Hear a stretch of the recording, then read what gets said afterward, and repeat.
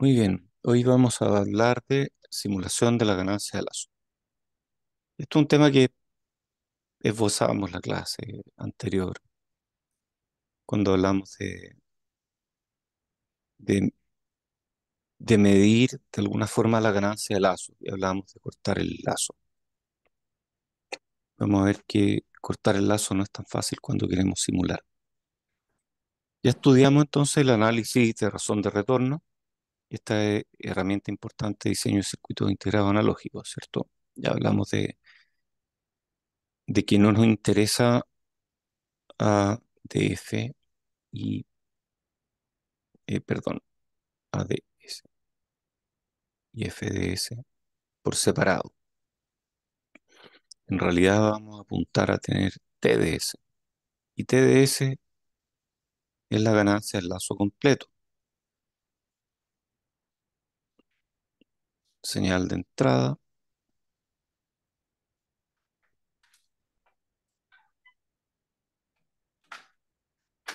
señal de salida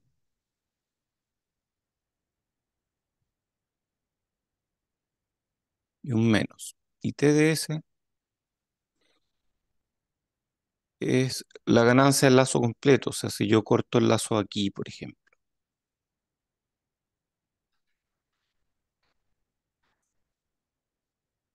le inyecto una señal.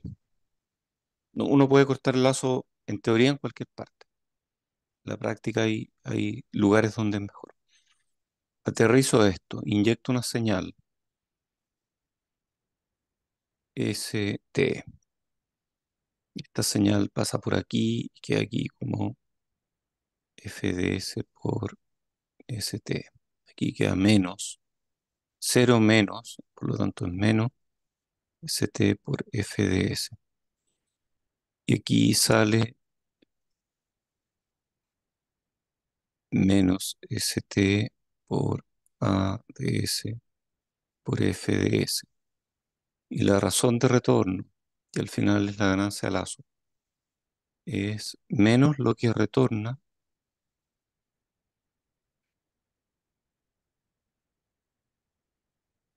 partido por lo que le inyectamos. Y el menos aquí. Entonces menos por menos es más, pues se van y lo que retorna es justamente TDS, es la ganancia del lazo, que es el producto entre A y F, perdón, y es lo que nos interesa para estudiar estabilidad. Recordemos que con TDS nos basta para calcular cuál es la estabilidad, para medir la estabilidad, nos basta para calcularla, nos sirve para calcular la ganancia del lazo cerrado, nos permite estudiar el ancho de banda. Entonces nos gustaría validar todos estos análisis mediante SPICE. El problema es que no podemos. Recordemos que cuando hacíamos esto, lo que hacíamos era quitar una fuente controlada y reemplazarla por una fuente independiente. Y eso no se puede hacer en SPICE. Entonces hoy día vamos a aprender un método que es el método de Middlebrook, que es el método de la doble inyección. Y con este método es posible simular ganancia de lazo en forma perfecta. Vamos a partir con un ejemplo muy similar a los que ya vimos. Entonces, la única diferencia es que lo vamos a tratar de simular en Spice. Entonces aquí tenemos nuestra fuente, que originalmente era una fuente controlada, y la sacamos del lazo. Ponemos una fuente independiente y cuando retorna todo esto, ahí medimos la corriente de retorno en la fuente controlada. Y TDS menos IR partido por IT, de la misma forma que lo habíamos visto acá. Entonces, ¿cuál es la ganancia de lazo? Simulemos esto. Entonces vamos, ponemos transistores y este es el problema. Este es un modelo de SPICE de nuestros transistores. Así es como se ven Así es como se ve un transistor en SPICE, que tiene una fuente dependiente, que es GM por VGS, tiene otra fuente dependiente que es GMB por VBS y todas las demás cosas que ya conocemos. El problema es que esto es el transistor en pequeña señal. Nosotros no podemos entrar dentro del modelo y sacarle esto. ¿Cómo podemos sacarle esa fuente, reemplazarla por una fuente independiente? No hay acceso a ese par de nodos. Entonces, la solución clásica es romper el lazo en cualquier parte. Buscar un punto que tenga impedancia alta o impedancia baja. ¿Por qué buscamos un punto que tenga impedancia alta o un punto que tenga impedancia baja? ¿A alguien se le ocurre algo?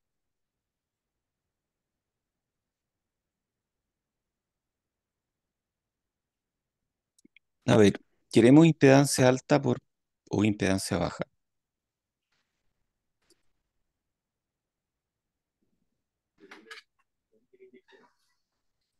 ¿Cómo?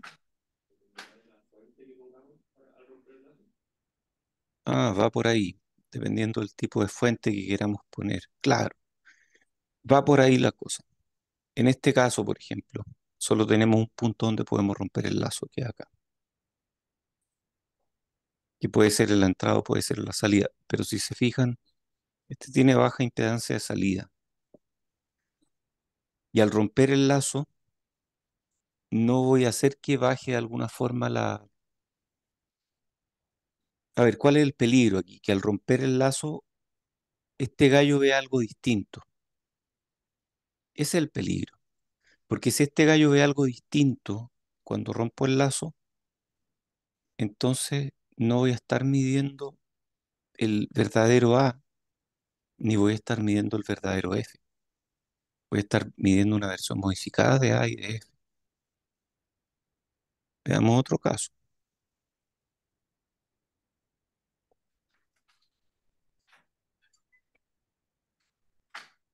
Podríamos romper el lazo acá o podríamos romperlo acá. Si lo rompo acá, ¿qué pasa? Bueno, esta resistencia de carga, que es de realimentación, pero también es de carga porque va a tierra. Este es tierra, por lo tanto RL va a tierra. Y si yo rompo el lazo acá y le inyecto una señal acá, con una fuente de voltaje o de corriente ideal, de voltaje porque, claro, estas señales son de voltaje, este amplificador ya no va a haber RL como carga. ¿Y qué pasa si RL influye en la ganancia de este amplificador? Entonces no nos sirve como punto para cortar el lazo, porque la impedancia de salida ideal en este op-amp no era tan buena y RL lo estaba cargando. Entonces tenemos que elegir un punto donde no nos afecte. Y buscamos el mejor punto, un punto que tenga una alta impedancia o una baja impedancia. Entonces aquí elegí este punto que aquí tenemos la entrada y queremos inyectarle una señal de prueba al circuito. ¿Cómo le inyectamos una señal de prueba? Y se ve una cosa complicada aquí. Bueno, vamos a inyectarle una señal de prueba a través de un capacitor de 1 kilofarad. 1 kilofarad, que es un capacitor infinito, a todo efecto práctico, un capacitor infinito. Y esta señal va a retornar de alguna forma y le vamos a poner una resistencia de 1 gigaohm acá para que no me cargue la entrada. Pero este CGS tendría que estar de alguna forma considerado en la red de realimentación. Entonces vamos a tener que medir el CGS de alguna forma y ponerlo explícito ahí equivalente para que el lazo se vea abierto, pero con las mismas cargas con las que se vería si fuera un circuito real. El problema de esto es que es un poco impreciso, es difícil mantener la polarización de C. La carga aparente no siempre es fácil de estimar. CGS puede ser relativamente fácil, pero ¿qué pasa si es que son muchos dispositivos? Entonces, como que hay que tomar en cuenta varias cosas. El resultado va a depender de decisiones. Yo como usuario o como diseñador voy a tener que decidir qué hacer. Hay soluciones mejores.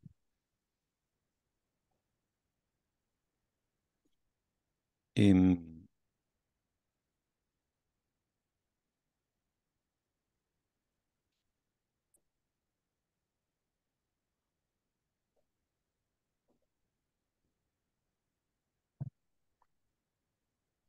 Tengo que terminar la clase un poco antes hoy.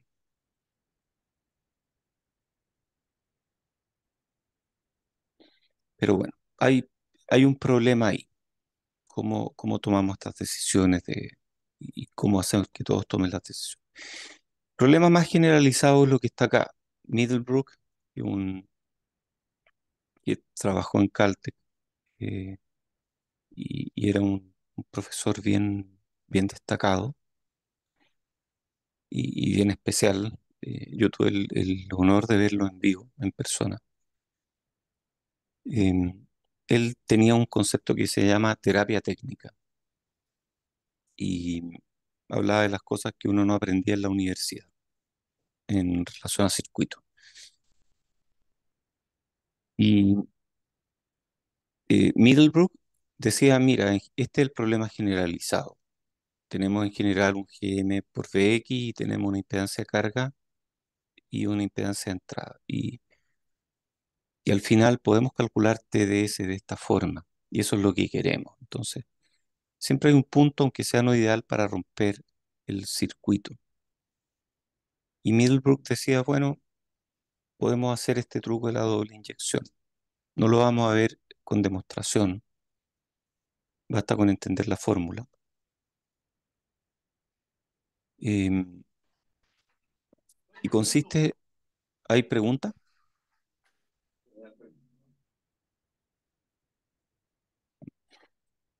Entonces, em, el truco consiste en ponerle una fuente de voltaje en serie en este punto y una fuente de corriente en paralelo en ese punto. Al hacer la fuente de voltaje, medimos algo, porque le estamos inyectando un voltaje y medimos corriente. ¿O qué medimos? Bueno, lo vamos a ver aquí. Y aquí le estamos inyectando corriente, una fuente de prueba de corriente. La gracia es que al inyectarle voltaje de esta forma no estamos cambiando las cargas. Y al inyectarle corriente de esta forma no estamos inyectando las cargas, porque al apagar esta fuente, el circuito queda igual. Y al apagar esta fuente, el circuito queda igual. Entonces, medimos algunas cosas. Medimos TV. ¿Qué es TV? Es la razón entre menos VI y VX. Ojo, la posición de VI y VX para esta fórmula depende de cuál es mi entrada y mi salida. Aquí estamos asumiendo que este es el transistor de entrada y que por aquí está la realimentación. Entonces medimos menos VI partido por VX, medimos TV, GM Z2 más Z2 partido por Z1. Em, es- Esto es lo que finalmente em, en esto resulta, pero ustedes no tienen que mirar esta parte. Para aplicar el método, lo único que tienen que hacer es calcular así, calcular así. Entonces TV es menos VI partido por VX, TI es menos I sub I partido por I sub X, y luego ustedes calculan 1 partido por 1 más T, y en realidad 1 partido por 1 más T es todo esto, y luego calculan T. Esto es TDS. TDS es TI TV menos 1 partido por TI más TV más 2. Insisto, lo que hacen ustedes es calcular menos BI partido por BX en este setup, calcular I sub I partido por I sub X. Estos dos son funciones que dependen de la frecuencia. O sea, son TVDS y TIDS, y luego aplican esta ecuación y calculan TDS. Entonces, con dos simulaciones, que las pueden hacer incluso en el mismo circuito en SPICE, pueden hacer este cálculo. Este es un ejemplo de simulación. Este es mi circuito y yo tengo RF, que es el que me está polarizando, igual que acá. Y no cambio el circuito. O sea, le inyecto. Entonces, un poco raro esta forma de hacerlo, pero aquí le estoy inyectando la corriente. Y para medir las corrientes, pongo dos fuentes de voltaje con valor de C igual a cero. Entonces, esta de aquí es la prueba de corriente. Y esas fuentes adicionales lo único que hacen es medir el voltaje, medir la corriente, perdón. Y luego está esta que pongo en serie. Esa que pongo en serie es esta que está acá. Entonces hay dos opciones aquí. Puedo ejecutar una simulación con dos copias del circuito o ejecutar dos veces la simulación cambiándole el circuito, poniéndole a veces esto y otras veces esto otro. Esta es la opción que yo generalmente aplico, que es tomar esto de acá, ponerlo entre medio, ponerlo en la entrada de mi transistor y luego aplicar el estímulo y correr dos simulaciones distintas, uno con una fuente de voltaje en serie y otro con una fuente de corriente en shunt. Así es como se ve en SPICE. En SPICE, este es el circuito. Ahí está M1, fuente, capacitancia, resistencia. Y esto de aquí es el loop test para inyectarle cosas. Le inyecto una fuente de voltaje, una fuente de corriente y ese es el loop test que utilizamos. Em, Después yo puedo darle este circuito que es un bloque al final, es un bloque en SPICE que ustedes conectan y les sirve para medir. Lu- Luego de eso, lo que yo hacía, ahora en realidad pueden hacerlo un poco distinto, pueden hacerlo usando otras herramientas que hay para extraer datos de SPICE. Lo que yo hacía era postprocesarlo en Scilab, que era mi programa favorito hace 10 años para hacer estas cosas. Hoy día ya no es mi programa favorito. No tengo uno favorito. Hay gente que trabaja en Python, hay gente que trabaja en MATLAB o en Octave.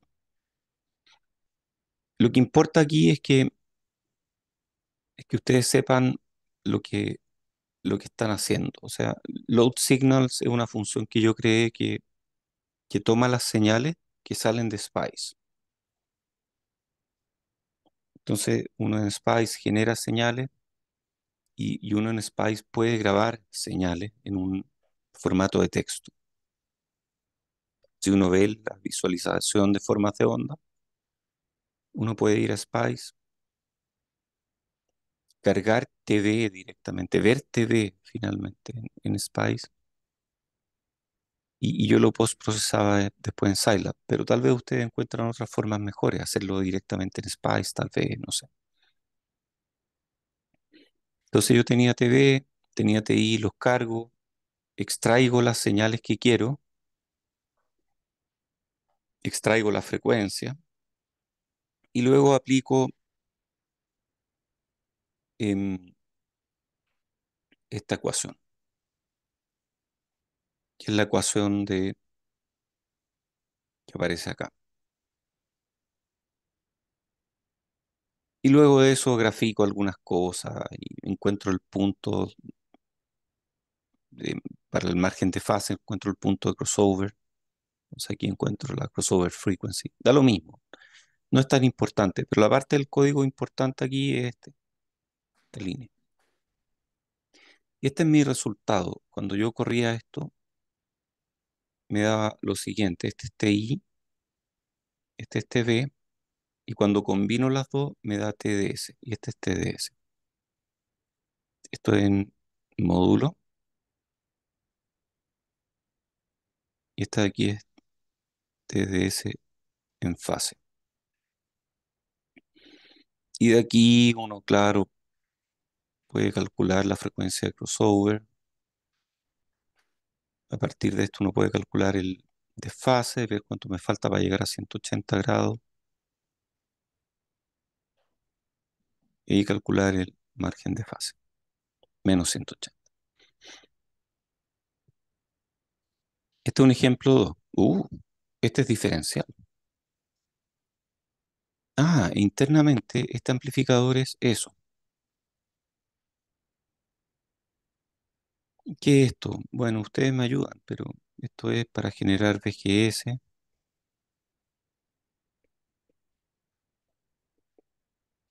Este de aquí es mi par diferencial.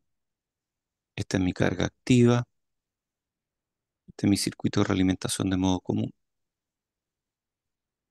Entonces, ¿cómo lo hacemos aquí? Bueno, existe un loop test totalmente diferencial. Y mi loop test totalmente diferencial inyecta señales en forma diferencial. Entonces me inyecta voltaje aquí o me inyecta una corriente entre medio de las dos ramas. Esa es la corriente Shunt. Y medimos 4 puntos diferentes la corriente y generamos después TD y TI. Y este es el loop test diferencial. Estas líneas de código SPICE son las que me permiten implementar este bloque. Ustedes pueden hacerlo en sus casas o después yo les paso el bloque SPICE. Pero son cuatro, 1, 2, 3, 4 fuentes de voltaje, una fuente de corriente y eso es todo. Y después yo puedo calcular TD y TI simplemente de esa forma. O sea, esta álgebra sobre las cosas que mide SPICE. Eh, ¿Hay preguntas?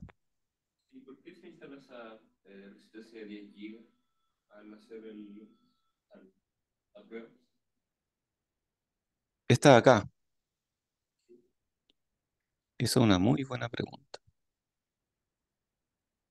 Tú dices, en realidad esto no estaba acá. Sí, buena pregunta. Em, Tiene que ver con el gemin de Spice. ¿Saben lo que es el gemin de Spice o no?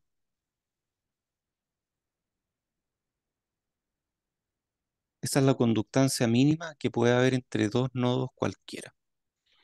Y Spice es un parámetro de la simulación. Spice suele sufrir para converger cuando hay muchas cosas capacitivas y no hay resistencia entre medio. Y a veces uno lo arregla con gemin, cambiando el gemin, que es la conductancia mínima entre dos nodos independientes. Y otras veces uno la puede arreglar conectando resistencia muy grande entre dos nodos cualquiera. Podría haber sido aquí, podría haber sido acá, podría haber sido en otra parte. Eso lo que hace es ayudar en la convergencia. Entonces, en teoría no es necesario, pero en la práctica lo hacemos para ayudar la convergencia. La convergencia es más rápida. Muy bien, este es el nuevo método de Middlebrook que apareció en 2006. Debe haber sido más o menos la época que yo vi a Middlebrook en persona en una charla. Y él estaba promocionando este curso que tenía. Es un método de análisis orientado al diseño. Él le llamaba Design Oriented Analysis. Y son las mismas siglas que Muerto al llegar, Dead on Arrival, que es una sigla típica que se usa acá en Estados Unidos para decir que alguien murió al llegar. Y hay una película de eso. Entonces le llama Design Oriented Analysis. Es un análisis que me permite diseñar mejor. Y el método se llama General Feedback Theorem. Y este es un paper que ustedes pueden buscar. Y está la terapia técnica de Middlebrook. Él le llamaba terapia técnica y él la vendía en su sitio web como muchos DVDs. Después él se murió, que es lo que nos va a pasar a todos eventualmente. Y su señora siguió impulsando este sitio web. Y después su señora se murió y, y el sitio web de él quedó en un grupo de Yahoo y después los grupos de Yahoo se murieron, porque eso es algo que ocurrió en algún momento hace un par de años, que Yahoo dijo ya no voy a tener más grupos, que era una plataforma re buena para tener grupos, comunidades. No me acuerdo dónde se movió. Yo creo que se movió a un grupo, no sé si era de Google o era de otra plataforma que mantenía grupos. Y, y la gente hace preguntas y hay gente como que le encanta este método y lo maneja y todo. Y la terapia técnica estaba en unos DVDs. Y esos DVD alguien después los subió a YouTube, después de que ya murió la señora, entonces ya nadie estaba vendiendo estos DVD. Y alguien los subió a YouTube y ustedes los pueden mirar aquí. Y tienen cosas bien interesantes. Por ejemplo, ¿alguien reconoce esta ecuación?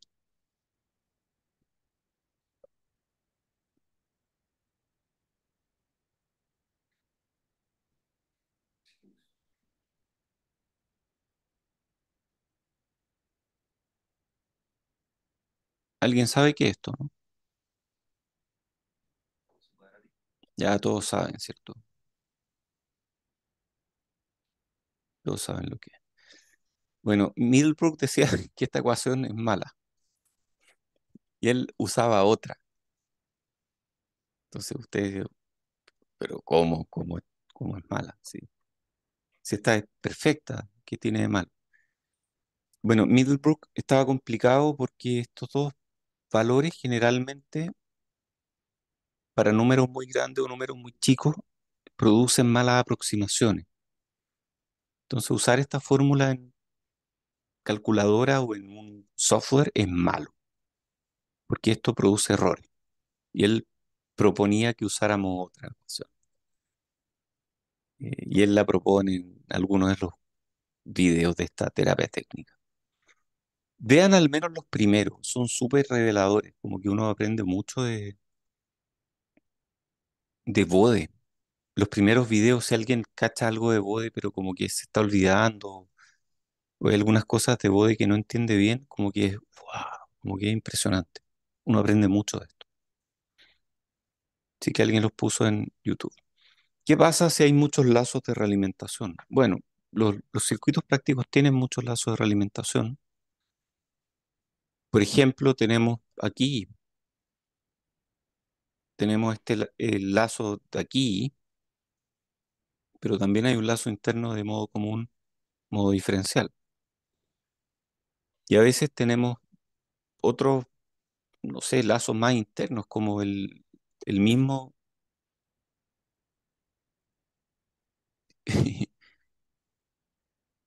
el mismo CGS aquí, un lazo de realimentación. Cortito, pero un lazo también. Porque parte de algo que va a la salida aparece en la entrada.